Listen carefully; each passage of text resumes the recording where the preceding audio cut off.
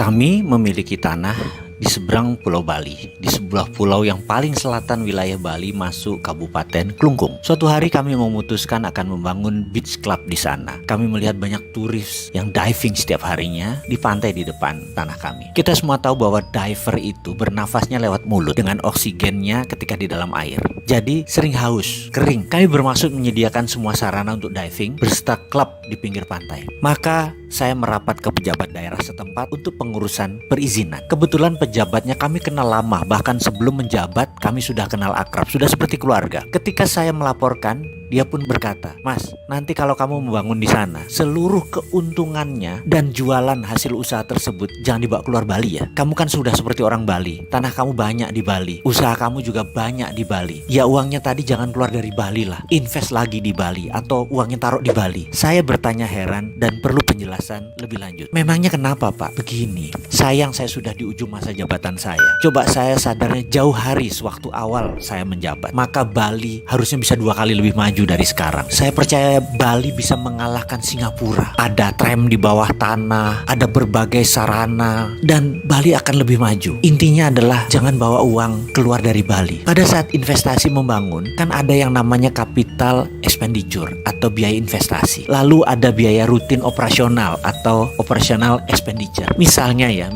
kamu invest 100 miliar, lalu sales kamu katakanlah 30 miliar per tahun. OPEX-nya anggap kira-kira 10 miliar, yang 20 miliar adalah keluar dari Bali karena untuk bayar investasi lagi, capex-nya kamu. Bayangkan, kalau uang itu 100% mengendap di Bali, saya rasa mereka akan membangun terus berbagai sarana, bukan melulu hotel, ada ratusan macam bisnis, ada ratusan sarana seperti jalanan, rumah sakit, dan lain sebagainya akan tumbuh. Sayangnya, di Bali ini investasinya 80% uangnya keluar dari Bali. Hanya 20%-an aja yang tinggal di Bali sebagai operation expenditure, yang capex keluar dari Bali. Padahal mereka itu orang Bali sendiri. Malah begitu untung malah taruh uangnya di Jakarta, diletakkan di negara lain. Itu yang saya sayangkan. Jadi kamu setelah membangun usaha di Bali, usaha tersebut jalan, usahakan uangnya diputar lagi di Bali. OPEX dan CAPEX-nya tadi diputar lagi atau simpan di Bali. Saya yakin ekonomi Bali akan tumbuh 3 kali lipat. Sarana dan semua kebutuhan di Bali menjadi tumbuh sangat cepat. Kalau kamu nggak janji ya uang Bali untuk Bali, maka izin ini akan saya pertanyakan berkali-kali sampai kamu sanggup membantu Bali. Saya tanpa berpikir panjang menjawab, "Pasti Pak, saya di Bali itu udah 40 tahun bolak-balik, sudah jadi rumah kedua saya. Rumah saya di sini pun banyak dan saya tinggal di sini kok. Pasti saya putar di Bali." Kemudian dia menjawab, "Ini hanya komitmen loh ya, hanya oral. Jadi hanya komitmen di dalam hati. Secara moral dan semangat membangun Bali, itu tok kok yang saya tuntut." "Gak apa-apa Pak, saya setuju," saya bilang begitu. Lalu saya tanya, "Kalau yang direct investment asing yang masuk Indonesia itu bagaimana Pak? Yang nasional itu Pak? Nanti tinggal OPEX-nya saja kan yang muter, yang CAPEX-nya keluar."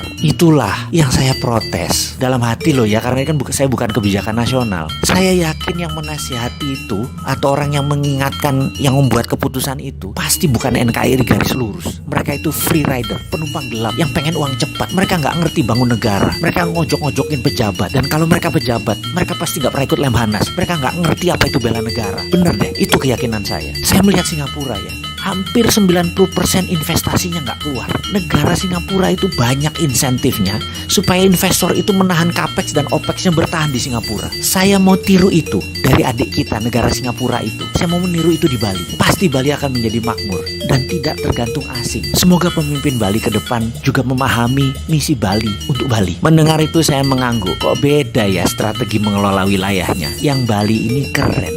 Saya setuju.